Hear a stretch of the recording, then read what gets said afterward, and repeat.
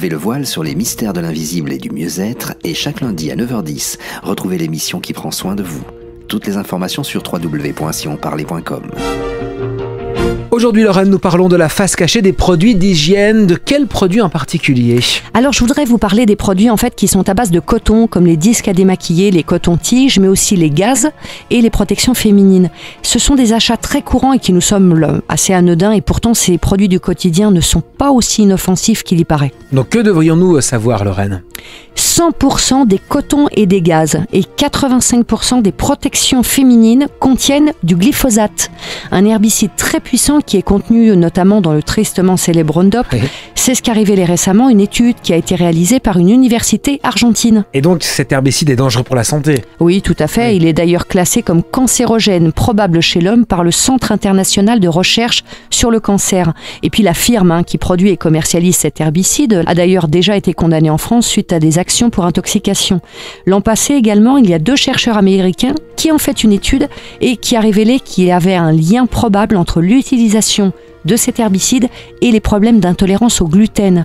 Alors vous voyez, quand on pense qu'on utilise les gaz pour nettoyer une plaie et à l'usage intime qu'on fait des protections féminines, il y a vraiment de quoi être inquiet. Alors, comment se fait-il que l'on retrouve cet herbicide dans ces produits d'hygiène ? Bien, depuis déjà longtemps, bien sûr, les producteurs de coton font une utilisation massive de pesticides, dont le glyphosate, qui est un herbicide très puissant. Mais depuis plusieurs années, pour réduire les coûts et puis augmenter la production, la majorité du coton conventionnel a été remplacé par du coton transgénique, donc du coton OGM. Et aujourd'hui, dans les principaux pays producteurs de coton, comme l'Inde, la Chine ou encore l'Argentine, le coton est essentiellement OGM. Petit problème, le coton OGM est résistant au glyphosate.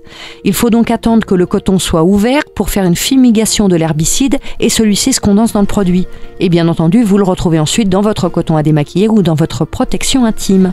Et puis en plus de ce problème sanitaire essentiel, rappelons que le coton OGM et conventionnel également est blanchi au chlore. Alors, y a-t-il une solution pour éviter cela et préserver la santé, notre santé ? Oui, utilisez du coton biologique. La culture de coton biologique, que vous reconnaîtrez par le label EcoCert sur les produits, interdit l'usage de pesticides, d'engrais et d'autres produits chimiques. En plus, le coton n'est pas blanchi au chlore, mais à l'eau oxygénée. Et où est-ce qu'on peut trouver ces produits ? Vous trouverez tous les produits d'hygiène dont vous avez besoin en magasin biologique, mais aussi dans certains supermarchés et puis bien sûr sur Internet. En plus, les emballages sont souvent en amidon de maïs au lieu d'être en plastique, donc biodégradables.